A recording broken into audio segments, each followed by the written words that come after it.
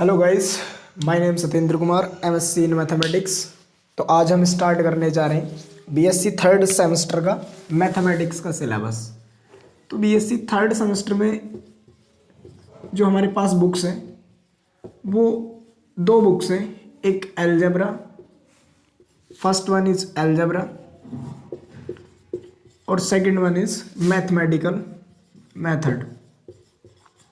इस बुक का नाम क्या है? मैथमेटिकल मेथड, जिसमें हम सारे मेथड्स पढ़ेंगे जो मैथमेटिक्स में ज़्यादातर कैलकुलस के अंदर यूज़ किए जाते हैं, रियल एनालिसिस में यूज़ किए जाते हैं।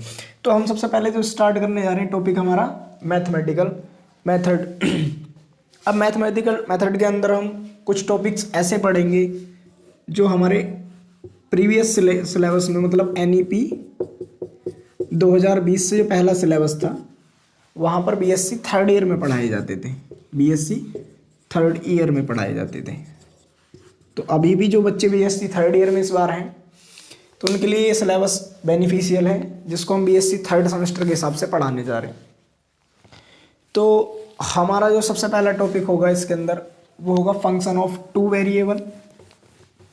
फंक्शन ऑफ टू वेरिएबल का मीनिंग क्या है? दरअसल हम पढ़ के आए थे बीएससी से पहले जो हमने पढ़ा था अभी तक वन वेरिएबल की लिमिट पड़ी थी कि एक्स अप्रोचेस इतना कर रहा है तो लिमिट बताइए, एक्स इधर जा रहा है उधर जा रहा है, लेकिन लीनियर मोशन में जा रहा है, ऐसे जा रहा है, यूँ करके निकाल रहे थे कि इधर चलेगा, एक्स के इधर जाना है तो एक्स को पॉजिटिव होना होगा, एक्स के अगर इधर जाना है तो नेगेटिव होना होगा।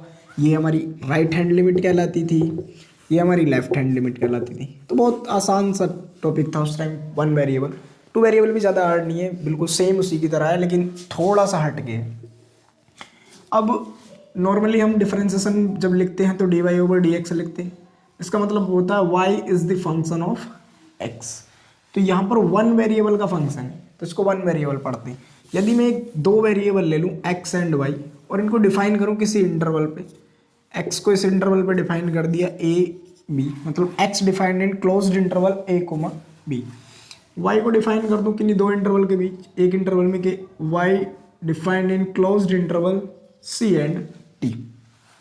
तब एक वेरिएबल मान लिया मैंने अन्य z और उसको कुछ इस प्रकार लिख रहा हूँ कि z is the function of x and y। इसका मीनिंग हो गया कि z मेरा फंक्शन हो गया टू इंडिपेंडेंट वेरिएबल्स का। किसका? Two independent variables. और वो कौन कौन से? x and y। तो अगर मैं डेफिनेशन पूछने लगूँ कि फंक्शन ऑफ टू वेरिएबल क्या होगा? A function which contain two independent variable is called function of two variable। बहुत आसान है। ऐसे ये टॉपिक तो वैसे फंक्शन ऑफ सेवरल वेरिएबल का है जिसके अंदर हम इसको पढ़ने जा रहे हैं। तो सबसे पहले थोड़ा सा हम व्याख्यान कर लेते हैं फंक्शन ऑफ टू वेरिएबल के बारे में कि फंक्शन ऑफ टू वेरिएबल होता क्या है। तो क्या लिखेंगे इसको? अ फंक्शन, अपनी भाषा में लिखता हूँ मैं language, a function which contain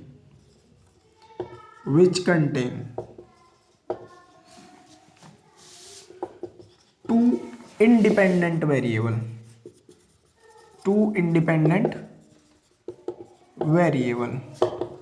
is called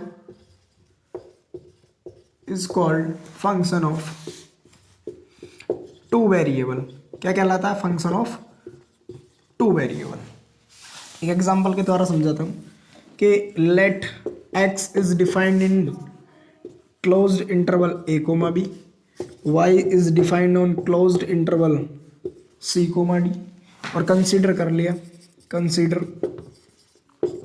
z is a third variable. इन दोनों से x और y से अलग वेरिएबल ले लिया और सच दैट, इस प्रकार z is equal to f of x, y।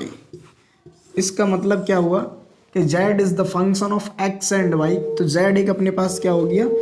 Function of two variable. क्या बना हमारे पास? ये फंक्शन ऑफ टू वेरिएबल। तो इसके ऊपर क्वेश्चन जैसे हमने limit, quantity, differentiability one variable के लिए पढ़ी थी, सेम यहाँ पर इसके लिए भी यही पढ़ेंगे कि टू वेरिएबल के लिए लिमिट क्या होती है और क्वांटिटी क्या होती है। तो आज का हमारा टॉपिक रहेगा limit of function of two variable. तो पहला हेडिंग डाल देंगे लिमिट। अब लिमिट की दो डेफिनेशंस आती हैं कि एप्सिलॉन डेल्टा टेक्निक के द्वारा प्रूफ कीजिए या सिंपली बताइए। इसको साइमल्टेनियस लिमिट या डबल लिमिट भी कहते हैं। तो देखो क्या लिखेंगे कि let F X comma Y is a function of two variables, कि एफ एक्स वाई अपने पास कोई दो वेरिएबल का फंक्शन है एंड इस प्रकार के limit x comma Y approaches to A comma B F x Y बराबर एल। किस पे जा रहा है? एल पर जा रहा है, जो कि फाइनाइट एंड यूनिक है। ये बहुत अच्छी बात है कि लिमिट हमेशा क्या होती है? यूनिक होती है। अब इसे होने के लिए तभी हो सकता है इफ एंड ओनली इफ कि there exist a positive number epsilon greater than 0 और करस्पॉन्ड्स किसके संगत हो? डेल्टा ग्रेटर देन 0 और सच दैट कुछ इस प्रकार होना चाहिए कि x का डिफरेंस a के साथ, y का डिफरेंस b के साथ, x माइनस a और y minus b less than हो डेल्टा। तो इन दोनों की डेफिनेशन अगर यूज करके हम ये प्रूफ करके ले आए कि f of x comma y minus जिस लिमिट को हम प्रूफ करना चाह रहे हैं वो लिमिट क्या लिख रखी है हमने? l minus l। अगर ये लेस देन कितना आ जाए? एप्सिलॉन। अगर देखो दोबारा सुनना, x का डिफरेंस a के साथ, y का डिफरेंस b के साथ, इन दोनों के डिफरेंस को किससे लेस देन ले लिया? Delta and delta. अगर ये बात हमने प्रूव कर दी तो जो ये l होगा हमारे पास इस फंक्शन की क्या कहलाएगा? लिमिट कहलाएगा। क्या कहलाएगा भाई? लिमिट कहलाएगा। तो एक एग्जांपल के द्वारा हम इस बात को लेकर भी दिखाएंगे। एक एग्जांपल ले लेते हैं। एक एग्जांपल देखो क्या है। एग्जांपल में बोल रहा है हमसे कि limit x comma Y approaches to या tending to x square plus 2y बराबर कितना है? 3। ये प्रूफ करके लिखना। वैसे नॉर्मली जान रहे हो कि x की वैल्यू 1 रखना, y की भी 1 रखना और 2 + 1 कितना आएगा? 3। बट इस बात को प्रूफ करके लिखाएंगे। तो प्रूफ कैसे करेंगे? एप्सिलॉन डेल्टा टेक्निक के द्वारा। तो यह लिखेंगे by epsilon delta technique. Epsilon delta technique we have, हम रखते हैं क्या? इसका डिफरेंस और इसका डिफरेंस किसके लिए? डेल्टा के लिए। For delta positive x minus 1 less than delta, y minus 1 less than delta. इस इक्वेशन 1 कंसिडर कर लेंगे और प्रूफ करके ले जाएंगे इस फंक्शन का इस लिमिट के साथ डिफरेंस लेस देन क्या है? एप्सिलॉन। देन तब F X by triangular inequality या ट्राइंगल इनइक्वालिटी, इसको नाम क्या देते हैं हम? Triangular inequality. फंक्शन का डिफरेंस पॉइंट के साथ। फंक्शन कितना है? F x Y. कितनी लिमिट है? एल। और लेस देन क्या दिखाना है? इसको लेस देन लेके आएंगे एप्सिलॉन। तो रखो value function F x Y X square plus 2y minus का 3। अब इसको इधर सॉल्व कर देते हैं। देखना implies that x square plus 2y minus 3। इसको कुछ इस प्रकार लिख देते हैं, x square minus 1 plus 2y minus 2। इस लिमिट को ब्रेक कर दिया। -2 -1 ऐड हो गया, कितना हो गया? -3। अब हम जानते हैं A square minus B square होता है A plus B into A minus B. X minus 1 x plus 1 plus 2 यहाँ से कॉमन किया y माइनस। देखो नॉर्मली हमको करना क्या होता है यहाँ पर, जिनका डिफरेंस हमने लेस देन डेल्टा लिया है, क्या लिया है? Less than delta. इस लिमिट के अंदर हमको यही पॉइंट बना कर लाने होते हैं कि x minus 1 less than delta, देखो आ चुका है, y minus 1 less than delta, जो कि वो भी आ चुका है। ठीक है ना। एक टर्म कुछ अलग एक्स्ट्रा दिख रही है जिसकी वैल्यू क्या है? x plus 1।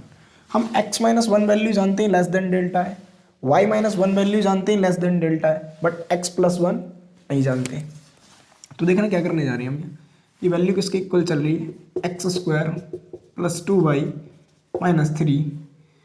इसकी अगर मैं मॉडुलस वैल्यू को ब्रेक करूं तो क्या होगा देखना, less than equal to mod of x minus one mod of x plus one plus twice time of mod of y minus one.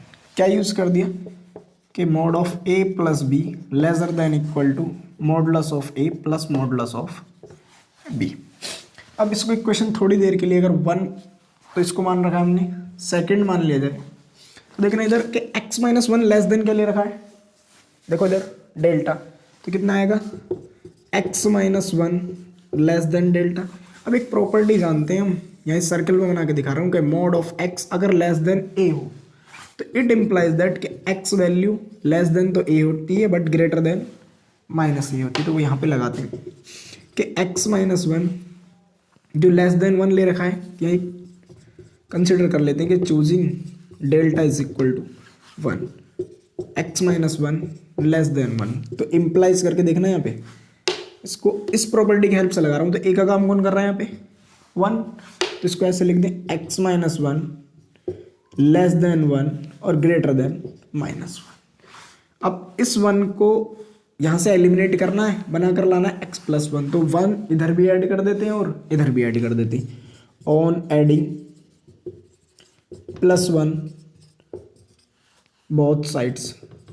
तो देखना कितना होगा, यहाँ पर minus one plus one zero, यहाँ minus one plus one x बचा, यहाँ पर कितना आ गया one plus one two. One add कर दूँ तो सीधा सीधा एक्स प्लस वन मिल जाएगा, बिल्कुल मिल जाएगा। तो बोलो जीरो, यहाँ पर कितना हो गया प्लस वन, तो ये सीधा सीधा अपने पास क्या बन गया प्लस का वन, ये क्या बन गया एक्स प्लस वन और ये हो गया थ्री। नेक्स्ट लाइन में इसको ऐसे नहीं लिख सकते, one less then absolute value of किसकी प्लस वन और लेस देन थ्री, मतलब modulus of x plus one की जो एब्सोल्यूट वैल्यू है कितनी है लेस देन थ्री। तो इस वैल्यू को और इन दोनों वैल्यू को ठाकर कहाँ है पुट कर देंगे, क्वेश्चन नंबर थर्ड सेकंड में। तो देखना क्या लिखते हैं, ये मिटा देता हूँ कि using equation number first and second का यूज करते हैं, तो X square plus two Y minus three less than, अब यहाँ पे इसकी वैल्यू कितनी थी डेल्टा, इसकी वैल्यू कितनी आई थ्री, प्लस ये कितना है टू, इसकी वैल्यू कितनी थी अभी लेस देन डेल्टा। तो हमारे पास x square plus two Y minus three less than कितना आ गया फाइव डेल्टा। अब सुनना इधर क्या बताया था कि अगर दो पॉइंट का डिफरेंस लेस देन डेल्टा हो, जो किसके करस्पॉन्डिंग फाइंड करा जाता है एप्सिलॉन के, तो हमको क्या दिखाना होता है F X comma Y minus जिस लिमिट को प्रूफ करके लेके आएंगे उसको लेस देन दिखा देंगे। इसको इन्हीं ये जो फाइंड किया गया है इसके करस्पॉन्डिंग फाइंड किया गया है, तो इसको चूज कर लेंगे अपने पास से और ले आएंगे निकाल कर। देख लें कि choosing delta is equal to epsilon upon five. सबसे आसान है एप्सिलॉन, अगर तुमको नहीं मिल पा रहा है तो देखो ट्रिक बताता हूँ, इसको पकड़ो फाइव डेल्टा बराबर एप्सिलॉन रख दो, डेल्टा की वैल्यू कितनी आ जाएगी यहाँ से एप्सिलॉन अपॉन फाइव, उठा के यहाँ पुट कर दो।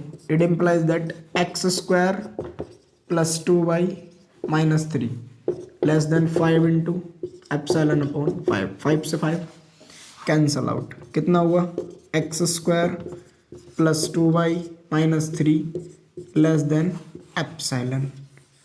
तो बात सत्य हो गया आ गई, और जब बात सत्य हो गया आ चुकी है तो नेक्स्ट लाइन में क्या लिख देंगे कि इसकी लिमिट किस पर जाती है, इस थ्री वैल्यू पर जाती है। तो हेंस करके लास्ट में हम लिख देंगे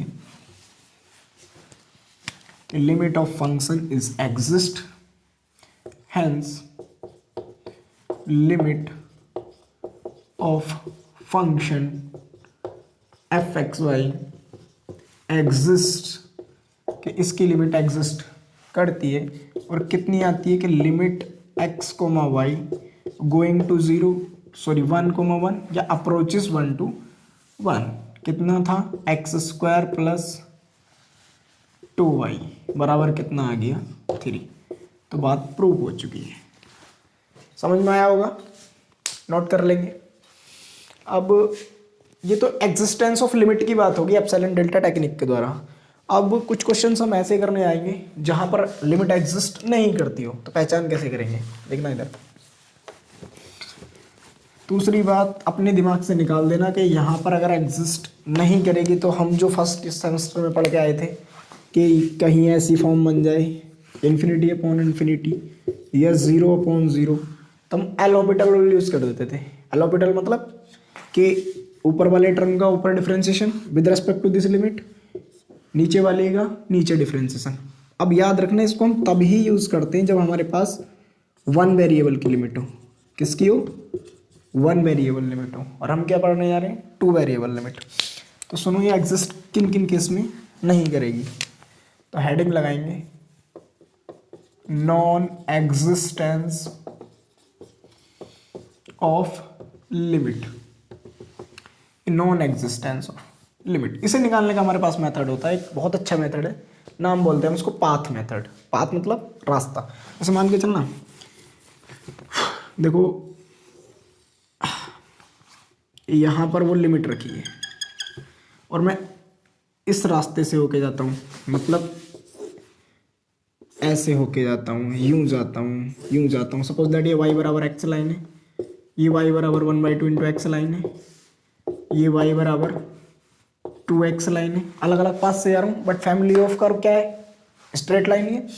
तो ये ओरिजिन से पास हो रही है। दूसरा ऐसे ले लेता हूँ जहाँ मैं एक ही लिमिट के द्वारा रहा हूँ 0,0 के, बट अलग अलग पाथ से जा रहा हूँ। एक बार पैराबोला के द्वारा गया, एक बार इस पैराबोला के द्वारा गया, एक बार इस पैराबोला के द्वारा गया और एक बार मैं इन लिमिट्स के द्वारा गया। अगर इन सभी पाथ्स पर हमको लिमिट सेम मिलती है इस फंक्शन की, जो भी फंक्शन डिफाइन होगा, तो फंक्शन की लिमिट एग्जिस्ट करती है। क्या करती है? एग्जिस्ट करती है। और अगर इन पाथ पर लिमिट हमको क्या मिलती है? अलग अलग मिलती है, तो फंक्शन की लिमिट एग्जिस्ट नहीं करती है। तो सबसे अच्छी रिमार्क लिखने जा रही हूँ कि इफ, पहला remark, f x y gives देता है डिफरेंट लिमिट्स। क्या दे रहा है? Different limit. लिमिट नहीं लिखेंगे, क्या लिखेंगे? Different value at different path. अब कहोगे लिमिट क्यों नहीं लिखेंगे? कि लिमिट हमेशा यूनिक होती है। क्या होती है? यूनिक होती है। At different paths it implies that limit of fxy doesn't exist नहीं करेगी। दूसरी बात, एग्जांपल ले लेते हैं किसका, देखो क्या होगा कि limit x, y approaches to 0,0 xy upon x square plus y square बराबर कितना होगा? इसके बराबर लिमिट लेके आनी है हमको। कितनी लिमिट आती होगी? सॉल्यूशन। अभी जो कर्व है इसकी लिमिट ओरिजिन से पास हो रही है, तो हम एक काम करेंगे, इसके लिए एक ऐसा कर्व लेंगे जो ओरिजिन से पास होता हो। अलग अलग कर्व पे चेक करेंगे जो पास कहाँ से हो रहे हो? ओरिजिन से। और लिमिट क्या दें? सेम तो एग्जिस्ट करेगी। अगर अलग अलग मिली तो क्या मिल जाएगी? लिमिट एग्जिस्ट नहीं करेगी। तो इसको एल मान लेते हैं कि लेट एल बराबर limit x comma y going to 0,0 x y upon x square plus y square. सबसे पहले लिखेंगे अलोंग वाई बराबर एम एक्स पाथ। क्या ले लिए? Family of straight line passing through origin which approaches to, यहाँ mention कर देंगे जो कहाँ से होकर गुजर रहा है, which approaches to origin that is 0,0। अब सुनना इधर कि लिमिट किस में कन्वर्ट कर दी मैंने? y को x की टर्म में लिख दिया, तो यहाँ लिमिट किसकी हो जाएगी? सिर्फ वन वेरिएबल, मतलब x में कन्वर्ट हो जाएगी। l is equal to limit x tending to 0, ये होगा x इंटू एम एक्स, नीचे आ गया x square plus m square x square. अब यहाँ एक्स स्क्वायर की टर्म न्यूमरेटर में भी है और डिनोमिनेटर में भी है, m इंटू एक्स स्क्वायर लिख दें इसको, एक्स स्क्वायर यहाँ से कॉमन कर लें, 1 plus m square, x square से एक्स स्क्वायर कैंसिल आउट, कितना बना, अब तो इसमें एक्स की टर्म ही नहीं बची तो अपने पास बच गया 1 प्लस। तो limit depending on arbitrary constant m, मतलब लिमिट एक आर्बिट्रेरी कॉन्स्टेंट m पर डिपेंड कर रही है। जब डिपेंड कर रही है तो फंक्शन डिफरेंट डिफरेंट वैल्यू पे m की डिफरेंट डिफरेंट लिमिट देगा, और जब डिफरेंट डिफरेंट वैल्यू देगा तो इसका मतलब लिमिट इसकी एग्जिस्ट नहीं करेगी। तो यहाँ क्या लिखेंगे देखो, सो लिमिट या here limit of f x y depending on arbitrary constant m, एक आर्बिट्रेरी कांस्टेंट m पर डिपेंड कर गई, तो यह इम्प्लाइज करेगा कि इस फंक्शन की लिमिट एग्जिस्ट नहीं करती है। तो हैंस क्या लिखेंगे लास्ट में कि hence limit of x, y going to 0 0 f x y does not exist. क्या लिखेंगे भैया, डज नॉट एग्जिस्ट। इसका मतलब दूसरा पॉइंट क्या बना अपने पास, second point, if limit of f x y depends, मतलब निर्भर करती है, किस पे निर्भर करती है, किसी भी कांस्टेंट वैल्यू पर, depends on any arbitrary constant, तो it implies that limit of fxy doesn't exist। अब देखो दो तीन वर्ड आते हैं, एक वर्ड होता है साइमल्टेनियस लिमिट, साइमल्टेनियस या डबल लिमिट। तो इसका मतलब कुछ और नहीं होता, अगर किसी पॉइंट पर निकालें एट a, b पर अगर निकालने लगे फंक्शन एफ एक्स वाई हो तो उसका नोटेशन ये होता है, इसका मीनिंग जो होता है वो ये होता है x, y going to a, b और एफ एक्स वाई। इस लिमिट को क्या नाम देते हैं हम, डबल लिमिट या साइमल्टेनियस लिमिट। तो आज के लिए इंट्रोडक्शन वीडियो इतना ही काफ़ी है। एक दो क्वेश्चन लिए हमने एप्सिलॉन डेल्टा डेफिनेशन के, जो कि नॉर्मली एग्जाम में बहुत कम पूछे जाते हैं। जो हमने पाथ मेथड से एक क्वेश्चन करा था, ऐसे ही क्वेश्चन हमारे एग्जाम में आते हैं। और अगले पार्ट में हम पढ़ेंगे क्वांटिटी क्या होती है, और कुछ एक दो एग्जांपल और ले लेंगे लिमिट के, जिससे हमारा एग्जांपल का कंसेप्ट काफ़ी अच्छे से क्लियर हो जाए। तो देखिए बने रहिए हमारे साथ, हम पूरा बीएससी का सिलेबस अपलोड करेंगे। बीएससी थर्ड सेमेस्टर का आने वाली वीडियोज़ में फर्स्ट सेमेस्टर का सिलेबस भी लेकर आएंगे और थर्ड ईयर का भी कंप्लीट सिलेबस लेकर आएंगे। तो bye, thank you, take care.